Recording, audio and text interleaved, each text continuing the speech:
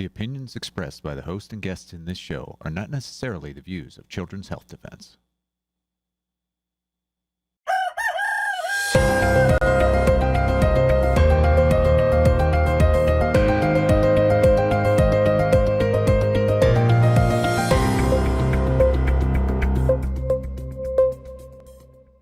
Good morning, CHD. This Sunday, the 21st of September, 2025.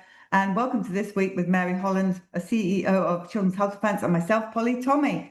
Well, Mary, first of all, let's get started with this, because this was a shocker for me. In the Defender, fugitive scientist behind vaccine and autism studies is arrested for stealing $1 million from the CDC. This is Danish scientist Paul Thorsen, co-author of the influential 2002 and 2003 studies, often cited to dismiss a vaccine autism link. He was arrested in Germany and may be extradited to the US on charges of embezzling nearly $1 million from the CDC. His arrest raises new questions about the integrity of the studies used to shape vaccine policy worldwide. Well, we've been following this for a long time, Mary, and did not expect that. Yeah, it's very exciting, Polly. He was never able to be arrested, apparently, if they ever tried. It's not clear that they did, in Denmark, since he was indicted in 2011. But he was traveling in Germany, where the U.S. does have an extradition treaty. Apparently, he was arrested in June, which I didn't realize. So he's apparently being held in custody in Germany, and the U.S. Attorney's Office, the Department of Justice, is negotiating with Germany to have him extradited to the U.S. James Grundvig in our circles wrote a book about Paul Thorsen many years ago, Master Manipulator. And it really details, it's not just Thorsen. And so if he comes back and he is facing decades in prison, which I would hope he would be facing as a fugitive and somebody who was accused of 22 counts of wire fraud and money laundering, he might talk, Polly. There was a massive fraud about, the debunking of the vaccine autism link 14 years ago. And a lot of kids have developed autism in the interim because that was covered up. And Thorsen is at the center of that, but he's absolutely not the only one. And I'm really hoping this guy is brought back and that he's going to talk. Yeah, just a little bit of background on that for the people who just say, I have no idea who this person is and why you're getting so excited about it. Yeah, so he was a co-author on the critical 2002-2003 studies that were commissioned by the Institute of Medicine, a private organization, to debunk the vaccine autism link. And it was very successful. The IOM came out and said, not only is there no connection between vaccines and autism, but do not do any more research on this. And even though the Institute of Medicine is a private organization, the world thinks that it is a government organization and that it's unbiased. It is not unbiased. And these Danish studies, Paul Thorsen had worked at the Centers for Disease Control in Atlanta, Georgia, and then he went back to Denmark to conduct these studies because Denmark is a relatively small country and has excellent medical data on its whole population. But they manipulated the data. It's a very different vaccine schedule. They didn't have the same levels of mercury. They looked at different age groups. They looked at people in hospital. There were a million different ways that they manipulated the study to come out with the outcome they wanted. There is no link between vaccines and autism, which is simply a fraud. And Thorsen is a part of that. And he was very closely involved with these other people within CDC perpetrating this fraud. The De Becker book that we'll talk about later really looks at how they manipulated this, how they put out this fraud, actually, in part. Anyway, if we can get Thorsen back and have him tell the truth so that he would get a lesser sentence, that he would be treated more favorably because he told the truth, that would be a boon. As our chief science officer, Brian Hooker, says, these people partied on the backs of autistic children. And that's so true. This guy bought a mansion. He bought himself a motorcycle. This guy, vacationed, and all of it based on lies that were apparently paid for by the CDC, our taxpayer money. Thank you, Mary. Let's go back to the Defender with Michael Nevadakis. Is the upcoming Senate hearing a ploy by pharma and big media to get Robert F. Kennedy Jr. fired? Sarah G., chairman of the Global Wellness Forum and founder of Green Med Info, said Wednesday's hearing, Restoring Trust Through Radical Transparency, is designed to generate headlines and momentum, potentially forcing the White House to consider firing Kennedy or compelling Robert F. Kennedy Jr. to voluntarily step aside. So I'm just going to go through a couple of these articles so we can summarize it up, Mary. So then Suzanne Burdick in The Defender, former CDC officials, takes aim at Robert F. Kennedy Jr. during Senate hearing. A Senate hearing meant to probe the sudden departures of top CDC officials quickly shifted into accusations that US Health Secretary Robert F. Kennedy Jr. is a danger to public health. The session was marked by allegations and contradictions, and both sides agreed, though, for different reasons, that public trust in the CDC has deteriorated. And also, Mary, I just couldn't bear to watch it with the constant references to those two girls that died of measles. When are they going to stop? Maybe after our conference, Polly. Listen, lies is nothing new. So this was a great piece by Sayer G. The Senate, pharma, lots of other people have been following the playbook that was leaked by the lobbying group Bio back in April. James Lyons Weiler had this leaked to him. It's been anonymous, but it told us that there was a playbook to try to get RFK out of office by the end of September by driving a wedge between him and President Trump. And that hearing was absolutely about driving that wedge. Fortunately, I think it was largely unsuccessful. As Mark Crispin Miller, a propaganda expert, says, this was accusations in the mirror. They accused Bobby Kennedy of all the things that they were doing: lying, deception, going behind his back, and insubordination. As the article makes clear, this was just, Monarez would not follow the instructions of the secretary. Her job is to, or anybody in that position as the director of the CDC, their job is to follow the agenda of the secretary. The secretary of HHS is in charge of Health and Human Services. And if you're not going to implement what he's asking you to do, you are not on the team and you shouldn't be in that job. So I'm happy that she's gone. I don't think that hearing, as the article Sayer G says, I think it's a quote from Ben Tapper, chiropractor.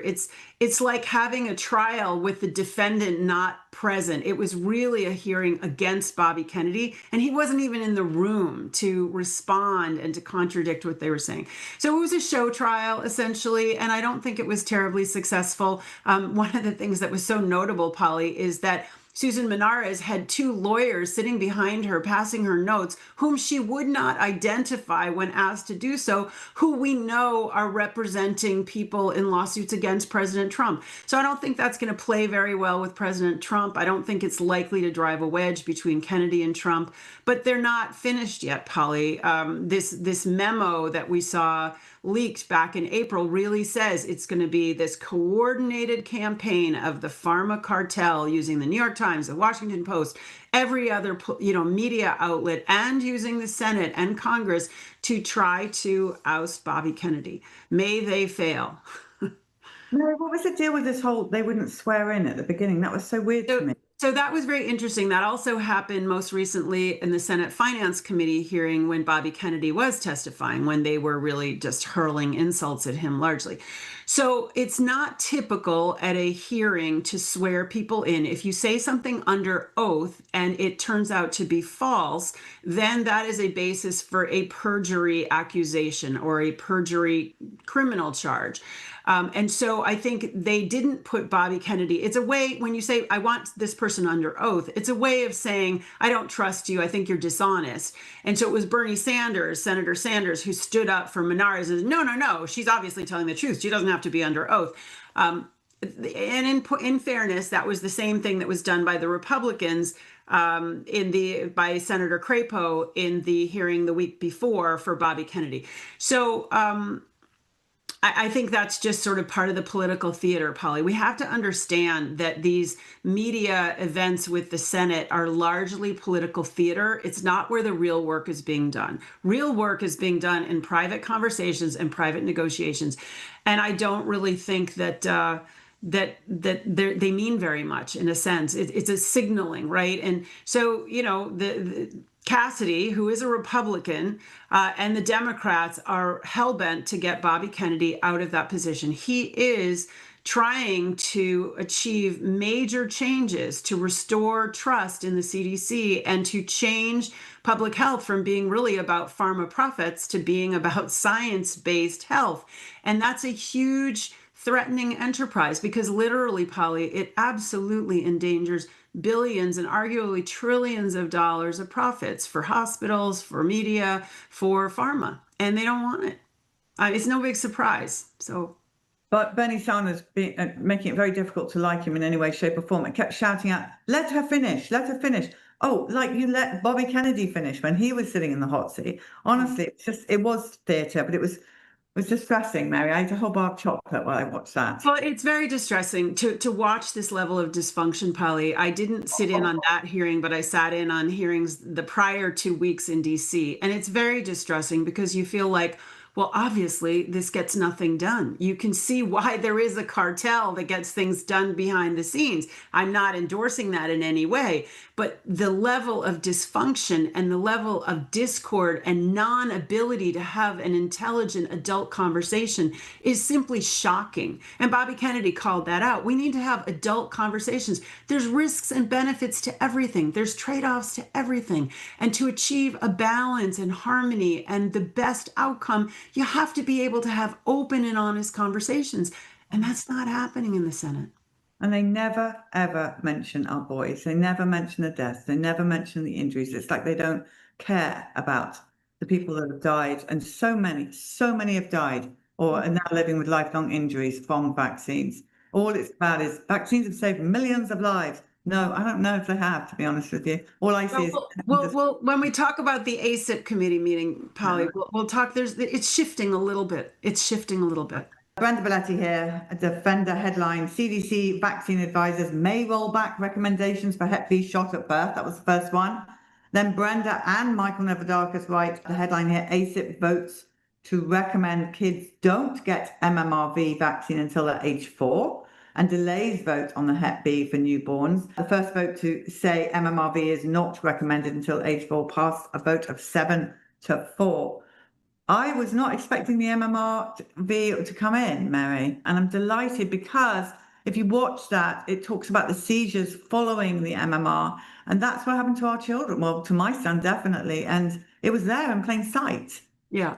So, you and I both understand that the MMR on its own is very toxic and dangerous to children, but the MMRV is even more so. And even on the label, Polly, it says there's a heightened risk of seizures from MMRV. There's no rational reason except for profit and except for ease for the pediatrician to give MMR plus varicella, which is chickenpox, right? And chickenpox is not a deadly disease. It is, as Meryl Nass in her live blogging points out a few years ago, there was one death reported from chickenpox in the whole country, right, of over 300 million. So this is just, again, a profit-driven enterprise, and I was very happy with the vote. It, in my view, should have been, a unanimous vote. But I was very happy that the MMRV is now no longer recommended. Now, one of the interesting things, though, Polly, is that the Vaccines for Children vote, which is the vote that gets funding for half of all children to get the shots, they kept the Vaccines for Children funding for MMRV in place. So I do think children who get the shot before age 4 will have that be covered if they're eligible for Medicaid, and the liability shield will still be there. But still, it's very significant that the recommendation has shifted, and I'm glad for that. I think by starting with hepatitis B, MMRV, COVID shots, they're starting with the easier things to kind of parse.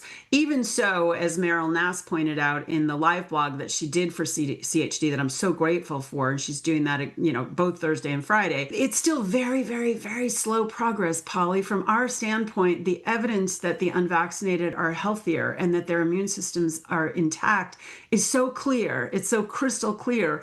But these are relatively conventionally trained doctors and scientists, and they're slogging through. But what gives me encouragement, Polly, is Martin Kulldorff, one of the co-chairs of this advisory committee, says at the outset of the meeting on Thursday, he says, This is all about trust. Who should you trust? Who is trustworthy? Why should you follow any of these recommendations? And he said, you should not trust anybody who is not willing to defend their position in public.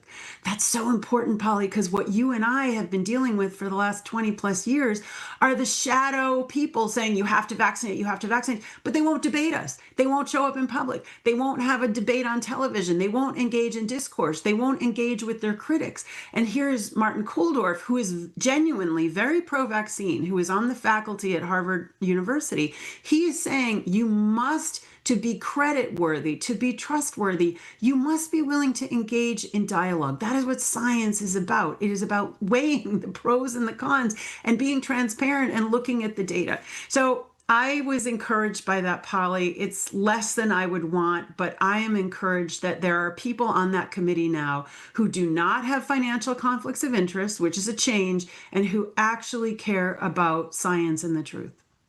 Yeah, I have two things to say on that. One, this is a massive warning to England, who they're about to bring in the MMRV. So this is great news for them. It's a warning to them. And secondly, no one at Children's Health Defence is saying it is safe to have MMRV after 4 years, just so you know. That is not coming from us at all. FDA to report on 25 child deaths linked to the COVID vaccine. This is the Washington Post reporting. The findings of an intense investigation by the FDA will be reported at the meeting of the ACIP. ACIP will consider new COVID-19 vaccine recommendations, which may include restrictions on who should get the shot. So this is going to be covered on Friday in the two-day ACIP meeting. And I'm so encouraged that Tracy Beth Hogue at the FDA is going to be presenting on these deaths, including 2 autopsies of children that make it very clear that these were caused by the COVID shots. There were over 13,000 deaths reported to VAERS. I think very few have been seriously, intently studied. Over 73,000 are reported to be injuries or deaths in people under age 18. And as Open VAERS, Albert Benavistes points out, there are many ways in which VAERS has obscured the age to downplay the deaths to children. I am so happy that the ACIP is actually going to be really talking about and examining these deaths. Polly, you and I both believe there should be no COVID shots for children anywhere at this point. I believe that there should be no COVID shots, no mRNA shots at this point, based on what we know. I'm hopeful that they are now considering deaths from vaccines. Again, Polly, this is pretty revolutionary, right? That this ACIP committee is actually openly talking about deaths from vaccines. That's totally new. So, Mary, what happened on day 2 of the ACIP? So day 2 went from about 8:30 to 3. And although they were scheduled to vote on COVID shots and on the hepatitis B birth dose, that's not quite what happened. They tabled the hepatitis B vote, moving it just from day of birth to 1 month. They tabled that. They did vote that the COVID shots should not be a universal declaration endorsement anymore. It should be based on individual decision making, which is a step in the right direction. And they clarified their vote on the MMRV, measles, mumps, rubella, varicella, from the first day, that they don't recommend it for anybody under 4, but they essentially didn't take away the liability shield. They voted that the coverage in the Vaccines for Children program would remain in place. So, Polly, the upside of what we saw was that it's new faces. They don't have financial conflicts for the most part. There was a robust discussion. There were old guard like Cody Meisner and kind of new guard like Retsev Levy, and they really hashed out some scientific questions. And that was really positive for the public to see. There's a lot of questions here. It's not safe and effective. They don't just save lives. It was obvious to anybody watching a lot's going on here, and experts disagree among themselves. But in terms of major shifts, Polly, we didn't really see it. And these, so just to make it clear to the people listening, these are recommendations that go to HHS, and then they decide what to do. They go to the CDC director, and the CDC director, the acting director, is now James O'Neill, who had been at HHS as the chief of staff to, or the deputy director to Secretary Kennedy. So it goes to the CDC director, and then presumably the CDC director connects up with the HHS secretary. So this is an advisory committee. These people actually, Polly, they are spending a lot of time and energy on this. They're not paid. It's a voluntary position. But I think for the first time since you and I have been following this, it wasn't just a rubber stamp that they fell in love with every vaccine they saw. On the contrary, they did actually have deliberations, and there was a strong emphasis that they have to improve the vaccine information statements, they have to improve informed consent, they have to do better science. All of that was very, very positive. But in terms of actual results from the meeting, kind of disappointing. It is disappointing, but again, like you say, it is at least a step in the right direction, Yes. but a long way to go. I was listening to it and they were like, hi, this is blah, blah, blah from Pfizer. This is blah, blah, blah from Merck or whatever, Moderna. And Right. and you know, that whatever we want to say about this, there was a lot better atmosphere in this ACIP meeting than any of the other. Oh, this was a real meeting and the public gets to watch it. In the past, like I said, they were just theater, completely, exclusively theater with one side. Here we actually saw two sides. And you're right, like the drug reps talked, the liaison members talked, people, clearly from different perspectives actually had to engage in discourse. What I think I said before, Polly, one of the things I loved about what Dr. Kuhldorff said on the first day is he said, if anybody's not willing to engage with you in discourse, you shouldn't trust them. And so actually what we saw now out in the open is kind of it's kind of a contest for trust, right? Do people trust Pfizer and Moderna and the speakers speaking for them, American Medical Association and so on? Or do they trust the skeptics? Do they trust the people who are coming at this in an unbiased way, not having really even worked on vaccines before with all their questions? Do they trust those people who are very skeptical? I think you and I know how that's going to end, but the public for the first time is actually getting to see dialogue of like, are these things safe? Are they effective? What's the real science behind this? Show us your science. And that's a huge shift, Polly.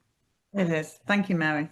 Okay, Brownstone Institute in the Defender here. Headline, complete rubbish. 5 ways Pfizer dodged Trump's demand for transparency. Pfizer's press release addressing President Donald Trump's demand for transparency regarding the COVID-19 vaccines offers a masterclass in the misleading tricks of the trade used by the vaccine industry. Here's a breakdown of 5 reasons Pfizer's reply was ripe with deception and what we can learn from it. And that article lists those 5 ways, and that's pretty much everything you probably know, but it's a great article.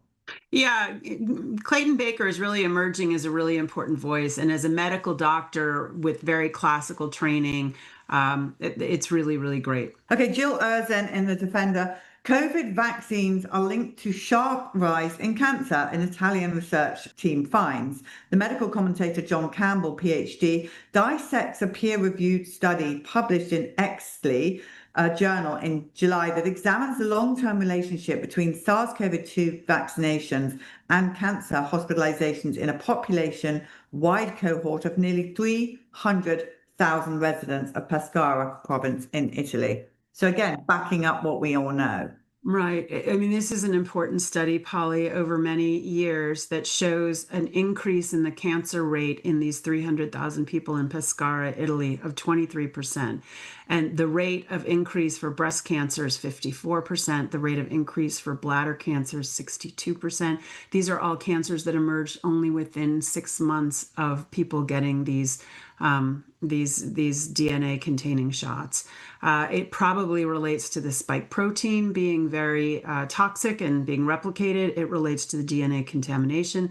And this study shows us the level of the cover-up that this is happening. Okay, Defender. Alarm bells. Genetic fingerprint of COVID vaccine is found in a 31-year-old cancer patient's DNA. A new preprint study presents the first direct evidence that genetic material from mRNA COVID-19 shots can integrate into the human genome, potentially triggering aggressive cancers, according to the authors. The findings contradict assurances that the shots cannot alter DNA or carry harmful DNA fragments. Truth is coming out. It's coming out. Finally, it's coming out. So this is the case of a 31-year-old woman who developed stage 4 bladder cancer after getting 3 Moderna shots. And it's very atypical. Bladder cancer is typically in older people. Under 2% of people get bladder cancer before age 40. So she was an extreme outlier. She's still alive, thankfully. And what this really suggests to us is that the shots are turning cancer genes on and they're turning off cancer suppressor genes. And what they did in this study is they matched a sequence in Pfizer that's also in Moderna, and it's identical to what is in her cancer. And they say that the odds, it's 100% match of the genetic nucleotide sequence. That is, the odds of that are 1 in a trillion, 1 in a trillion. So we now know that these shots are causing the increase in cancer. We just said in Pescara, it was an increase of 23%, and some cancers much more.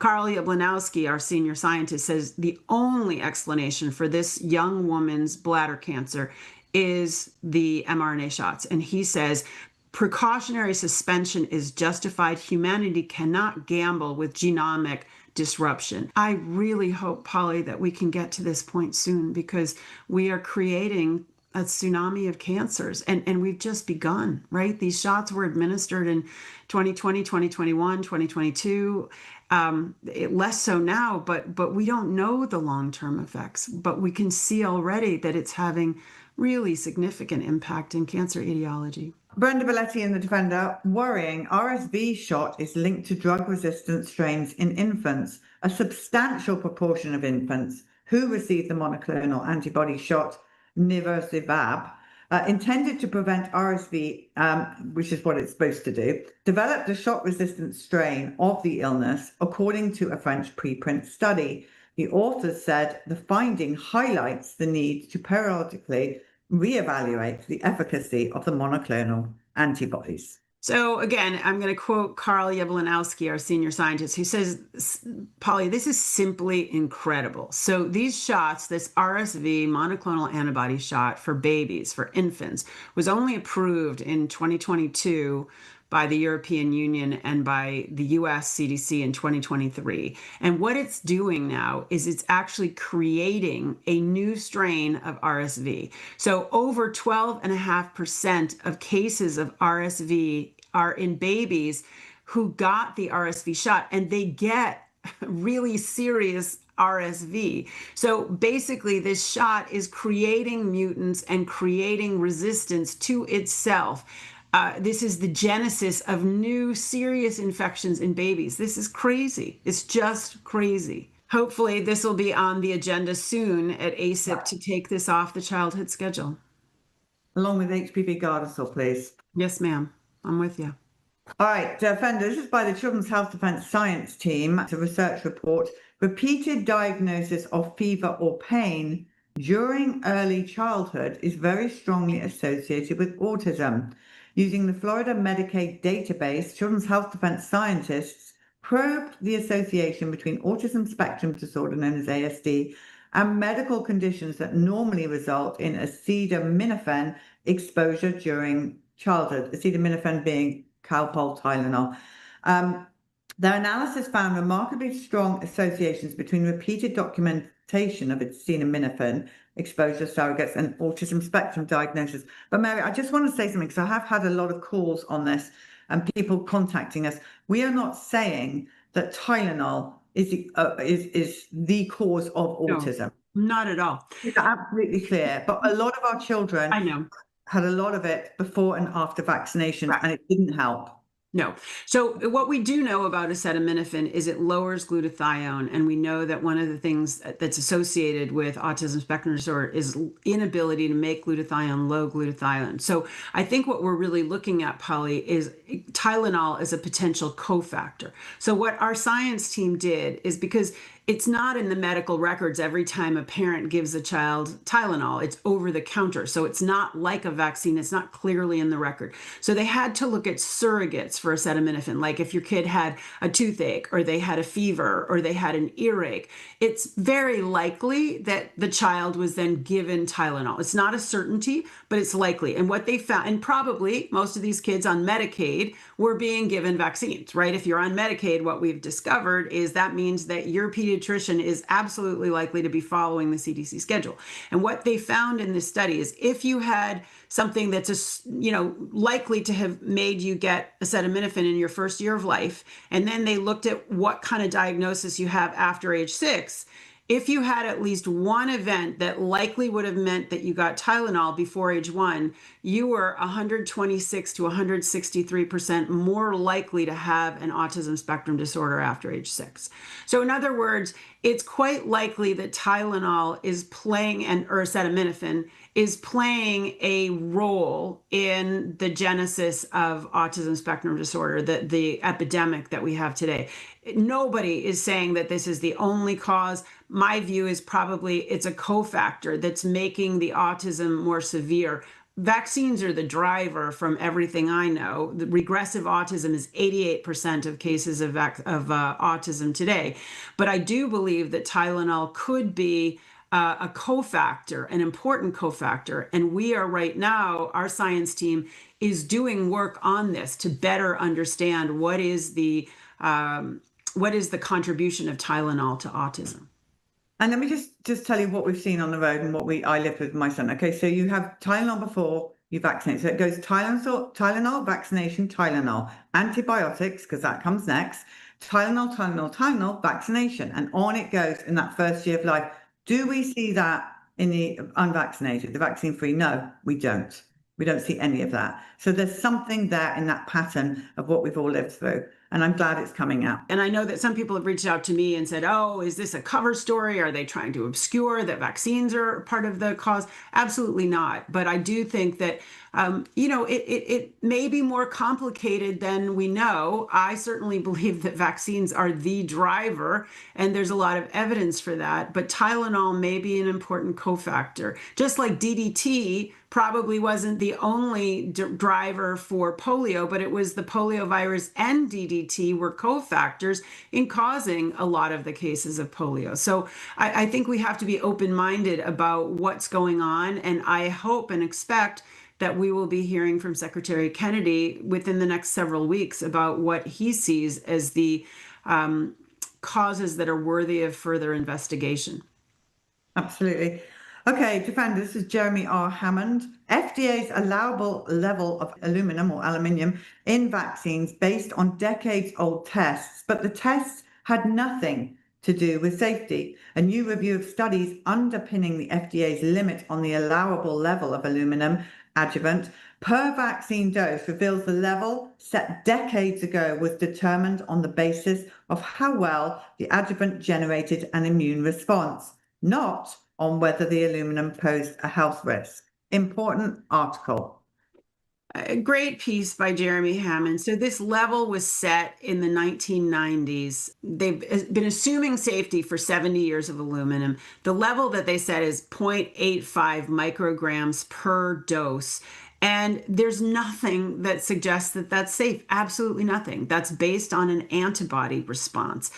And antibodies don't necessarily mean that you are not going to get the disease anyway. But it had nothing to do with safety. They've been trying to re-up this. There was this recent paper from Denmark that was full of fraud. And Bobby Kennedy has called for the retraction of that study about aluminum. The authors have refused to retract it. So this aluminum debate is very, very real and very significant, because what aluminum does is it is toxic, that's its point, and it alerts the immune system. Anything that's in your body at the same time that you have aluminum, your body may develop a very strong reaction against. So that could be the pertussis bacteria, it could be the measles virus, it also could be milk, it could be peanut butter, it could be lots of the other things that people develop very severe allergies to. So it's really important that we do keep our eyes on aluminum. Absolutely.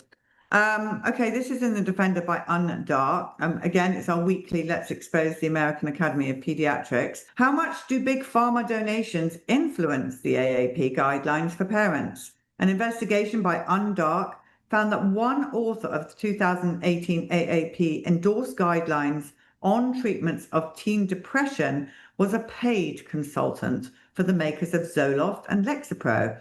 A detail that was disclosed in other papers he wrote around that time, but that goes unmentioned in the guidelines. So what we know, Polly, is the conflicts of interest between the American Academy of Pediatrics and the pharmaceutical industry are just enormous. And this is an article that just highlights them, and they go deep.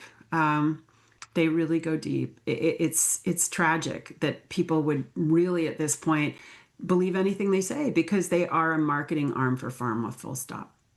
It's because they're the American Academy of Pediatrics. People listen to that kind of stuff. Not so much anymore, Polly. Not so much anymore. We're not having it. Okay, Brenda Belletti in the Defender. Now, this is great. Okay, listen, everybody.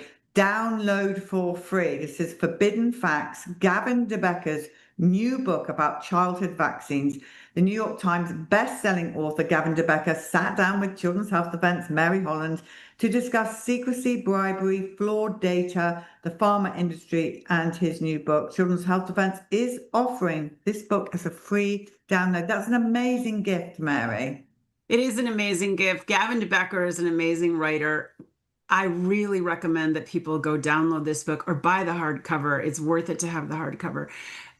Gavin DeBecker makes the tragedy and the outrage of the deliberations in the Institute of Medicine historically and about autism funny. It's hard to make this stuff funny. It's like a horror show, right? It's like a horror comedy. You're watching this craziness where they're not deliberating science in the slightest. They're talking about the messaging. Essentially, they're talking about how do we cover this up? How do we cover this up so that it's plausible? How do we cover this up so that people won't come back and accuse us of the crime that we're committing right now?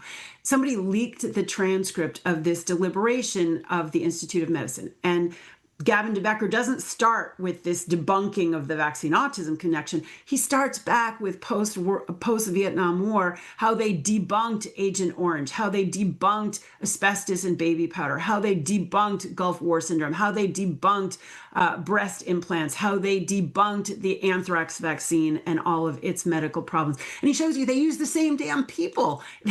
And it's a private organization. They call it this fancy Institute of Medicine or the National Academy of Medicine, but it's a private organization that takes money from the government to achieve a specific result. It's not unbiased. It's not objective. It's not science-based. And it becomes really clear to you. And so Gavin DeBecker's conclusion is you've got to be skeptical. You've got to be skeptical and you've got to trust yourself because these institutions are simply not trustworthy. So I think it's a great book. It's a short book. It's got good references.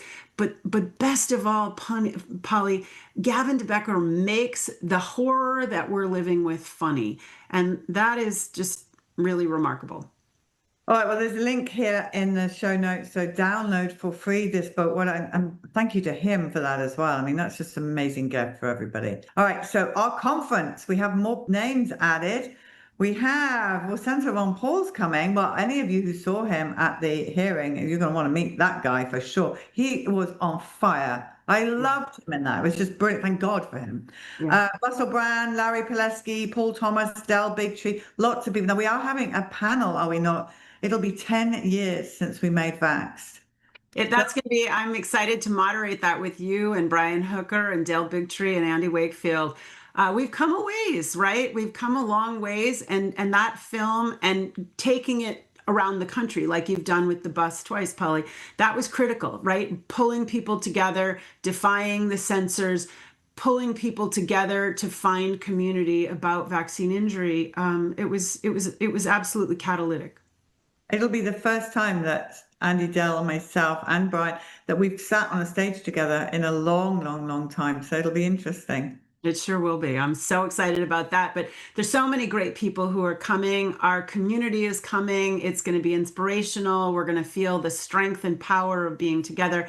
And I believe there's even a few more amazing speakers to come, Polly. So sign up right now before the end of September to get your early bird discount. You won't want to miss this. And why not take advantage of the discount that's available right now? Absolutely. We so look forward to seeing everyone. Well, now we're going to go to our geoengineering report and then our story of the day. So pray big, stand firm, never settle. Mary and I'll be back next week, and I'll be on with Brian Hooker, our Brian Hooker, tomorrow morning to break down Susan Moran's lies. Yep, we're going to break them down, Mary. Awesome. Tear them apart. All right. Okay. We'll see you soon, and enjoy geoengineering reports.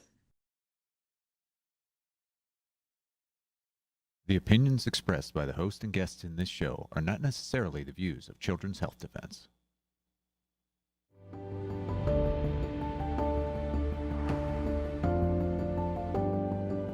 Good morning. We're here for the geoengineering report, and I'm delighted to bring on Dane Wigington to talk to us about a recent congressional hearing on geoengineering that Representative Marjorie Taylor Greene brought about.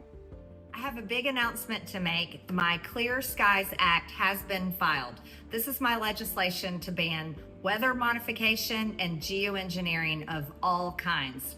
Finally, we can really take the fight in Washington to protect our skies, protect our water, protect our atmospheres, and most of all, protect our families. Thanks for your support, everyone. Look for my legislation, the Clear Skies Act. Dane, good morning. Good morning, Mary. Thank you for your attention to this issue. And yeah, we were certainly hopeful that more productive exchanges would take place during this, but in fact, from the initial intro to this hearing being very polarizing and distracting from the issue at hand, to the speakers that were allowed to disseminate, further denying it, it was definitely not a step forward in this battle, but rather several steps backward in many ways. Today's advocates of geoengineering don't just want to address droughts or improve conditions for agriculture. They want to control the Earth's climate to address the fake climate change hoax and head off global warming. MTG's initial opening, which seemed to want to attempt to polarize half the people we need in this battle by taking on a position there's nothing wrong with the planet, that's just a hoax, that's to lose half the people we need in this battle. The hearing then continued to muddy the water and the distinction between localized, publicized cloud seeding operations and climate engineering operations. They are completely, totally, unimaginably different. It's to compare an ant to an elephant. That distinction was never made. Weather modification and cloud seeding, as was mentioned, it's a real thing. It exists. It has been practiced in varying forms since the 1940s. Increasingly, folks are looking at this as an opportunity to increase rain and precipitation, but the science is still out on many of these technologies, and we absolutely need to understand what are the implications for air quality, for precipitation, and the implications also for water rights in the West, because this could have far-reaching implications. But it's also important to understand that many of these technologies are in the R&D phase. They're in limited use in a number of states, and it's not actually technologies that the federal government even widely supports. This is largely in the private sector. So in the world of science, it is widely acknowledged that more science is needed to understand use, efficacy, and impacts of these technologies. So those are the facts. And the toxic elements that brought up again and again completely omitted the absolute mountain. We're talking 40 to 60 million tons annually of toxic nanoparticles that are being dispersed with climate engineering operations, never mentioned. Aluminum, barium, strontium, manganese, polymer fibers, graphene, never mentioned. So Dan, let me make sure I'm understanding what you're saying. So that's a tragic outcome. That sounds like a real missed opportunity. And I'm eager to hear what you might want our viewers to do if there is something to do that we can help. But you say that it's like an ant and an elephant. So cloud seeding versus geoengineering. Tell us the distinction between those two. Localized, publicized cloud seeding operations are incredibly minimal compared to the climate engineering elephant in the sky. And to put the math on that, A localized single-engine propeller-driven cloud seeding aircraft might disperse 4 or 5 pounds of material in a single flight. A single military tanker like a KC-135 can distribute 100 tons of toxic nanoparticles in a single flight. And the powers that be are intentionally facilitating this confusion between the two issues because localized cloud seeding operations seem benign to most. And let me make this clear, Mary, there is no good form of weather, climate, environmental modification. All is bad. If any precipitation, cloud precipitation is augmented in one area, that means it didn't get where it was going. You disrupt the entire hydrological cycle. It's the butterfly effect. But again, for a hearing that had this much planning, supposedly, and Marjorie Taylor Greene did not respond to any inquiries from the other state representatives that I work with who tried to reach her, who tried to convey some data to her that would have helped her during this meeting. No communication from anyone. And again, to muddy this meeting, not only with the denial of anything being wrong with the planet, but a complete mudding of the distinction between localized cloud seeding operations and climate engineering was definitely not unhelpful. And even for Marjorie Taylor Greene to cite total PR distractions like make sunsets, which were we've talked about this before, two PR stunt characters from Silicon Valley that launched a few balloons, 147 balloons, which is virtually meaningless in any context. For her to start referring to those types of activities as geoengineering was incredibly distracting from the issue at hand. Thank you. So you also mentioned this polarization that you believe that she kind of stimulated or made worse, that half of the people, she dismissed any problems with the planet as a hoax. Tell us more about how you think we might better heal that divide and have people understand that there is tremendous risk to the planet, but perhaps not all the narratives that are told about that are correct.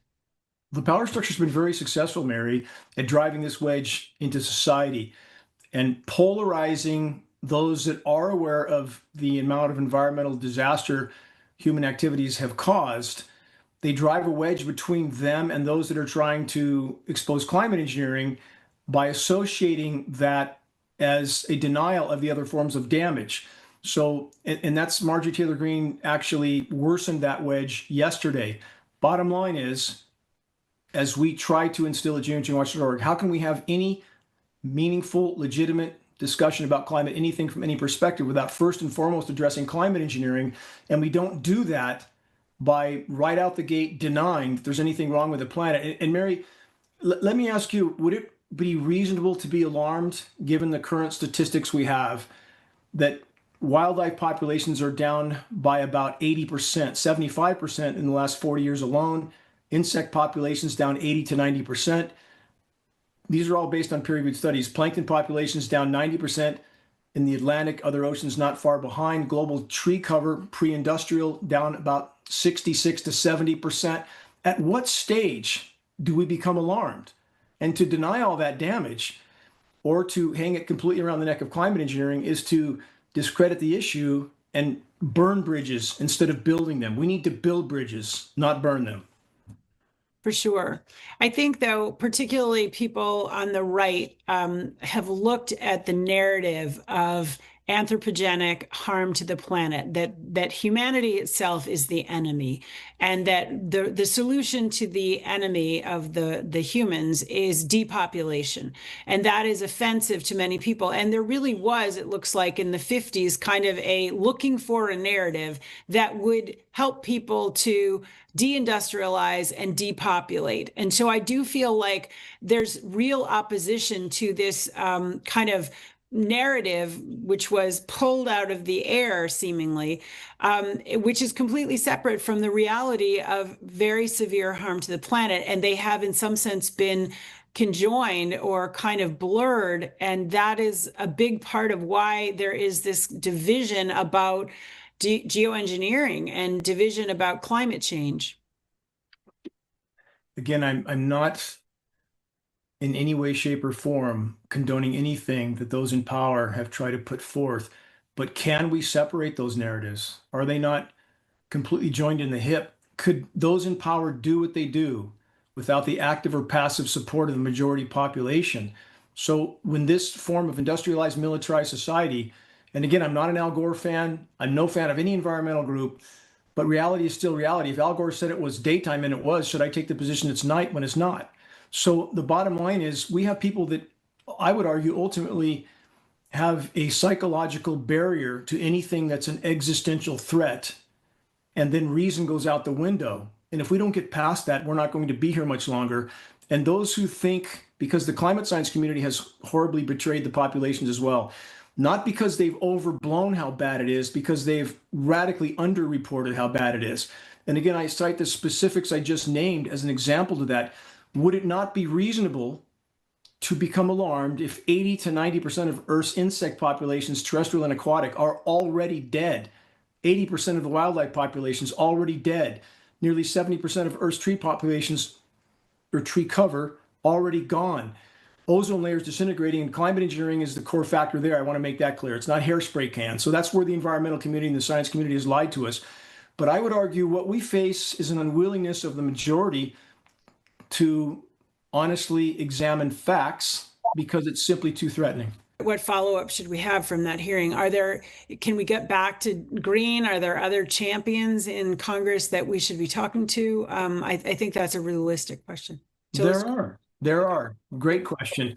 And we hope that green might take some input from somewhere, because clearly the first effort did not suffice to move this fight forward at all. Congressman Lee Gilreath from South Carolina, exceptionally clear on this issue, former military, has done a tremendous amount to move this fight forward. Representative Tony Locke from Wyoming, these are people I communicate with regularly. And there are other representatives that are working on things. I'm not ready to disclose them yet, but there are many state representatives. Lisa Fink in Arizona as well, very clear on the issue. People that are actually looking for the data to correctly move this fight forward credibly.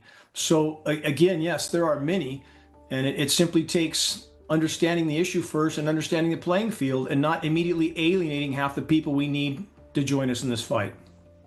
So where would you recommend that people go, Dane, to really get a better handle on what's happening day to day with climate? We talked about a site a moment ago. It's called climateandeconomy.com. It's a small site. And again, I have nothing to do with that site. And that's one place that there are just headlines that take 5 minutes to scan. You can see how bad it is during the day. Geoengineeringwatch.org has now for 529 weeks in a row, well over 10 years, our weekly broadcast. Global Alert News is the most current, up-to-date, breaking climate collapse data and geoengineering data you can put into a broadcast. There's no commercials, there's no politics. So that's a weekly broadcast on the homepage of geoengineeringwatch.org, posted every Saturday. And we put that out on radio stations around the country as well, out of pocket, without sponsors of any type. So Global Alert News is, again, the most data you can fit in 55 minutes. Fantastic. Dane, thank you so much for coming on to talk about this most recent hearing in the House. Thank you for covering this most dire issue, Mary, getting more dire by the day.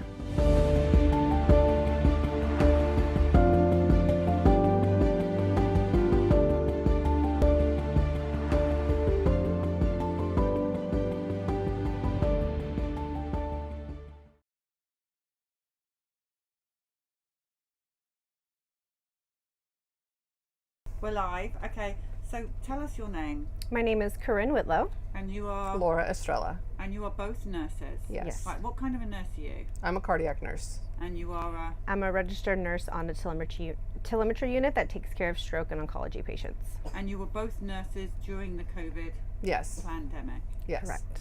Right, we're going to start with you. Tell us what you know, what you saw. So in the beginning, it was a lot of pressure to receive the vaccine. So a lot of my fellow nurses and we did a lot of discussion. We ended up writing a lot of religious exemption letters for each other. And about 50% of my unit did not end up getting the shot. There was a lot of pressure to do so, you're going to lose your job. But they did not fall for it. And so we did end up with about a 50% acceptance rate, though, just because, and then they regretted it. I talked to a lot of people who had a lot of regret. We ended up going to seek legal counsel as to whether or not we would be dismissed from our jobs, what kind of recourse we would have. And we ended up, most of them went with mask mandates. I fought a lot against the mask mandates. And ended up being on a forced LOA, or leave of absence, for 12 weeks because I was allergic to the masks they were requiring me to wear. And they finally found one I could wear, so I came back to work.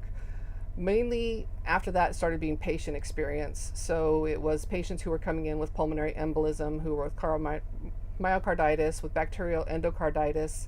We had strokes, we had neurological deficit, all within a week or 2 weeks after receiving their vaccine. And I gave many of them, alternatives on what they could do to seek recourse for the injuries they received. I don't know if they ever pursued it, but it was hard seeing 25-year-olds, 35-year-olds coming in with heart attacks, with strokes, with endocarditis that required valve replacement in their heart because they received the vaccine. So then we also saw ICU patients who were getting remdesivir, who were ending up on ventilators, who ended up on dialysis because of remdesivir. And we did have a meeting with administration about our concerns. A group of nurses we talked to all of our hospital administrators, and we said, look, this is what we see happening. And there really was no change. We were completely ignored. So what we've been seeing on the bus is the people who got the shot and with the injuries that you described, and then the people who did not get the shot that were put on remdesivir, vented, and went the other way. We're seeing two different, and it's consistent as we travel around. That's been my experience almost as well. Like the unvaccinated, you're going to go that way. Yes. The vaccinated, you're going to go. Did you ever talk to your colleagues about what was going on? Many times, but then the whole attitude was like, what can we do? We can't change hospital policy. We can't force the hospital to stop using remdesivir and start administering more vitamin C, more zinc, more vitamin D, any of the alternative modalities that we offered to suggest to them. And so I saw a family of 13 who came in with COVID. All of them ended up in the ICU. 10 of them survived, and 3 of them that didn't were the ones that were placed on the ventilators and had remdesivir. And it's difficult because I have coworkers who new parents who are newly pregnant moms who get the shot, and then their babies, I've seen one lose one to miscarriage at 7 months, one was stillborn, one died 9 hours after the birth of the baby because of clotting issues, and they were all vaccinated young moms. It's hard to watch, and it's hard to see the regret on their faces and listen to them say, I wish I'd never gotten that shot. So for you, it's clear as day that the shot was causing all these injuries. Right. I was submitting emails almost daily to our director of medicine. This patient came in, had these symptoms, they got their shot this many days ago, this is clearly an attachment, they had no other prior medical history, there was no comorbidity, and so I was submitting emails almost daily with patients who came in with injuries. So the one thing I'm finding really weird and confusing right now is I'm not getting people talking about, so they authorised the COVID shots for 6 months and above. Where are the injuries of those babies? We know those babies have been injured. And you're not in pediatrics, no. So you're not going to see them. Right. I need someone to come and tell me what's going on with those babies. We're not hearing anything, it's silence. Right. We send a lot of our babies to the Bay Area from the Central Valley here, and unfortunately a lot of our physicians and nurses in the Bay Area complied with a lot of these things, and they're not going to speak up, and I think that's why you don't hear a lot about that.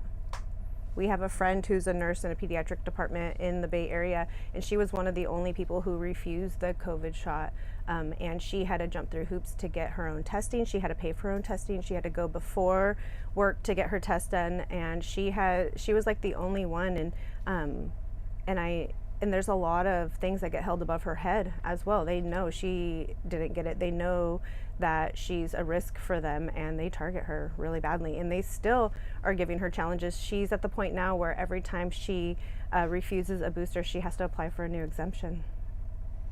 So one more question before we move on. So you said 50% did not get the shot, 50% Right. did. Right. So the 50% that didn't get the shot were asked for leave of absence, right? They weren't asked to leave their positions. weren't? No, we all got exemptions for them.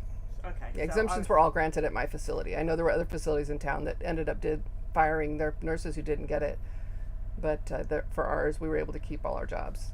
Because what we're hearing from the remdesivir deaths and hospital protocol killing, that the ones that were fired were replaced with really ghastly, evil meanies, not the people that were there before. And so we're trying to get to the bottom of that. Who are these people that came in and replaced the unvaccinated nurses? And where did they come from, and why were they the ones that were reporting to? I know the one facility in our local area that did fire people for not getting the vaccine, they hired travelers that were unvaccinated, ironically. And oftentimes travelers just come, they get paid really high prices, and they do whatever they're told to do. Right, there you go. So it's all about money. Mm-hmm. You pay me this amount of money and I'll... And they're there for a very short period of time, so they do their job, they get their money, and they move on to the next thing. I think they were making up to 3 times more than the regular salary rate here. So they get paid 3 times as much as we were paid to be unvaccinated and work the same position as the unvaccinated person that was fired left. It made no sense. They were told. Yes. All right, let's hear your story, please. Okay, yeah, I'm a mother and a nurse. Actually, COVID shutting down everything and affecting my children is really what got me engaged, from taking it from just my personal level to a local level. And then when I was working at the hospital, things that I had been doing for the last 7 years suddenly changed for a different respiratory virus that I had never heard of before. So immediately I was just confused why suddenly we weren't following common protocol, common sense, and doing things that we had always done as nurses. So that initially was my reaction to what was going on. So I started asking questions just like I do in my normal life. But I wasn't getting answers like I normally do. So I just kept working my chain of command at the hospital. And as Laura kind of spoke to, it was just people doing as they were told. And we continued to work our chain of command, and that's kind of where we started to meet a lot of each other. Is as we worked our chain of command, we had common people that we were trying to meet with to find out what was going on. I as well got an exemption for the vaccine and was very lucky to be involved with my administration from the very, very beginning. Actually, before it was even required here in California, I was asking my supervisor, what are they gonna do to protect me in the case that this becomes a requirement and I'm going to flat out refuse? And they kind of laughed about it actually at first and told me I was crazy and that I just needed to not worry about that. And it was less than 2 weeks later that I was actually faced with a situation where it was coming down the pipes. And so I was really involved with administration from the very beginning of what that was going to look like for us. I was very involved with my colleagues, which were very scared. Everybody was very scared what was going to happen. We all thought we were just going to be fired.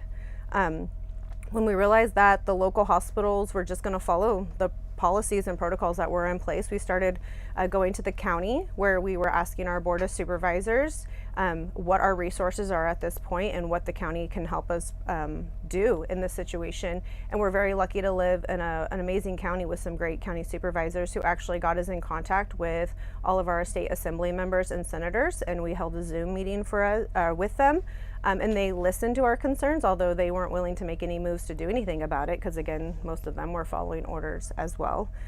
So we just continued to engage with our local officials and with our colleagues at our hospitals, and then we started connecting with colleagues at other hospitals, and before we knew it, there were hundreds of us at a board of supervisors meeting, asking questions, basically protesting the fact that as healthcare workers, we were going to be forced to do something that wasn't medically necessary or evidence-based at this point, and not a long-term solution.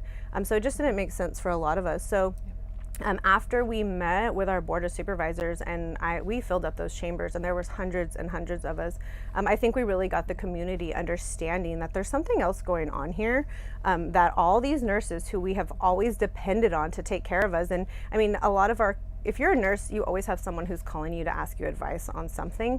And now suddenly they're looking at us like, what is going on if these nurses are asking questions that don't have answers? So we really just kept with it, and we started trying to get a meeting with our public health officer, which was way more of a challenge than it should ever be to meet with your public health officer. Luckily, we had our board of supervisors on our side, and our public health officer is hired by our board of supervisors. So they were really persistent with us, and we ended up meeting with our public health officer. We presented some of the information that Laura spoke about. We created flyers and a pamphlet of alternatives to medications when you have respiratory viruses, and just any respiratory virus, because that's kind of what we're dealing with here when we're talking about COVID as well. But we created a pamphlet that had different natural supplements and remedies and treatments to take care of yourself, and getting outside and getting some sunlight and checking your temperature. And we presented that to our public health officer, who basically told us it looked like we were trying to sell supplements. They were not interested in what we had to offer, although our board of supervisors were very interested. And our board of supervisors were even willing to go to the point of creating like supplement packets for our community. But our public health officer and system just would not allow it. They wanted nothing to do with alternative options.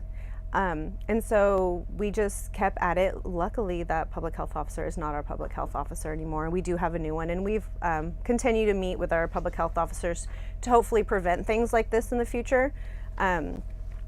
But I would say the things that were really, really hard for us to battle were the policies in place.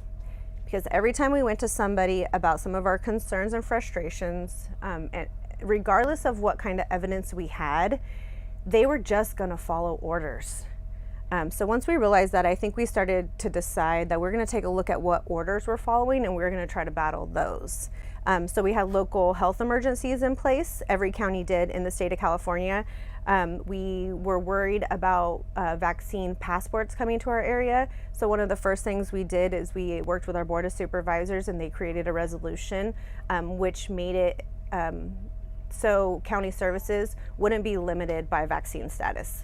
So that was one of the first things. Although it wasn't exactly how we wanted that resolution to go down, it was a great starting point for us because nothing like that had really been going on. And then next, what we started working at is really battling our local health emergency. And so we just kept asking questions. We were asking for measurable goals. We were asking for evidence-based data. And once we started asking those questions, the Board of Supervisors wanted to know the answers to those questions as well. And they quickly realized that public health had none of those answers, and they couldn't get those answers. So it wasn't very long that it took us asking those questions over and over. And then the Board of Supervisors actually made a move to terminate the proclamation of a local emergency here in Stanislaus, which means nothing, to be quite honest. It was just kind of a document. What we really needed to do was get rid of the local emergency. So we got rid of the proclamation in February of 2022, and we just kept at it. We were respectful but very, very persistent, and by the next month, March 2022, we were actually able to terminate the local emergency here in Stanislaus County, which wasn't done in any other county at that time in California. So we were really, really proud of that. And although it didn't make a bunch of changes to the hospitals that we were working at and stuff, it was giving us a little bit of credit in the community. So when we started taking it to the next level and engaging with our state legislators, we had the backing of our local officials. And so they were helping us build resources. We started to engage with state elected officials, and then we started to see that some of these policies that were at a local level were trying to be implemented by our state legislators. And so there was one, SB 871, which would have required the COVID vaccine for children to go to school. That was being presented by Senator Pan. And so although he wasn't available to us at a state level, we came back to work at a local level where we know we can get most of our work done. We worked with our Board of Supervisors. We worked with our community. Our Board of Supervisors actually wrote an opposition letter to SB 871. They wrote a letter to Senator Pan, and that bill never moved forward through the legislative process. And so I'm convinced that those types of things didn't move forward because of all the pressure that was going on in the individual communities that was coming to a head at the state level. Because just in my experience, what's going on at the state is too big and dirty for us to handle. So dealing with it really at the state level is where we do most of our work. And that year we also defeated Senator Wiener's SB 866 as well. So, which would have allowed 12-year-olds to consent to any vaccine at any time without parental knowledge or consent. And that bill we fought till the very last day, and he pulled it. And I have no doubt that it was because of what we were all experiencing here at a local level, not just here at a local level, but what everybody was experiencing in California at a local level. And they started to ask questions like we did. And then those questions turned into basically requiring answers. And then that pressure went from a local level and went to a state level. And then through the work of so many people throughout California, we were able to really defeat some terrible bills that were trying to come out because of COVID. And if they would have came out, if these bills would have passed because of the COVID excuse, they would have just continued to destroy our state and our ability to have informed consent, and specifically really for our children. Wow. Yes. So what do you think is going to happen next, both of you? Disease X is coming, whatever that is. They're trying to create more. Well, they're always going to try and create Yeah. more. I mean, even though the CDC has come out and said we're going to treat COVID like any other respiratory virus now, which we knew all along, they're still going to try to continue to vaccinate for it. But I'm happy to see that most people have woken up and realized that they never needed that first shot. They never needed those boosters, and they don't need to continue to destroy their health. I speak to patients all the time who ask me, should I get the next booster? And I'm like, well, are you sick? Have you been sick? Do you have a problem? Then you don't need a booster. Even if you're old and you're immune compromised, you're better off without it. So I advocate on an individual basis all the time. Would either of you ever take any kind of vaccination ever again? No. No. As a nurse, the CDC was the gold standard. Fortunately for me, it was a couple years before COVID when I had a situation where I actually ended up on the phone with the CDC, and the answers that they were giving me made 0 sense for even the common sense brain. And so I started to question things before that point. But I would not take a vaccine at this point. Healthy people don't make the healthcare system money. True. So I think they are going to do everything in their power to keep people unhealthy. And so anything that is offered to keep you healthy, I would be concerned about at this point. So neither of you got the COVID shot, but did either of you get COVID? I had it once. Yeah, I got COVID about 1.5 years after COVID started. I mean, maybe even before that, but I wasn't sick enough to do anything. How did you treat it? I took a nap. Yeah. Took some Tylenol. Took some Tylenol. Drank some a bunch of water. Vitamin C, vitamin spent D. some C. time outside. All right. And do you have blood clots or heart issues or paralysis or tremors No. or strokes? No. Thank you. Yeah. Anything else you both want to say? Nope. I did want to add one thing. Yeah, When I was at the hospital and everyone around me was getting boosted, I contacted our HR department and I said, shedding is a real thing. I have the Pfizer vax that shows me that shedding is a thing. They knew it was coming, and I can show you this Pfizer document. So what happens if I'm exposed to someone who just got the booster and I end up with symptoms, side effects from the vax or from COVID, because their side effects are the same thing from COVID and the vax. And they said, well, if that happens, you'll need to file a workers' comp claim. And that tells me that they knew it was a possibility, and they knew that I could be injured by being around all these people that were being boosted. So they were aware. They've been aware the whole time. I think more to come on the shedding. It's starting to come out now. Everybody knows it's real, and they'll be much more unraveled. I think so too. Yeah. Yeah. You two are amazing, brilliant nurses, and thank you for being amazing. We need good nurses. Thank you. And so thank you for all you do.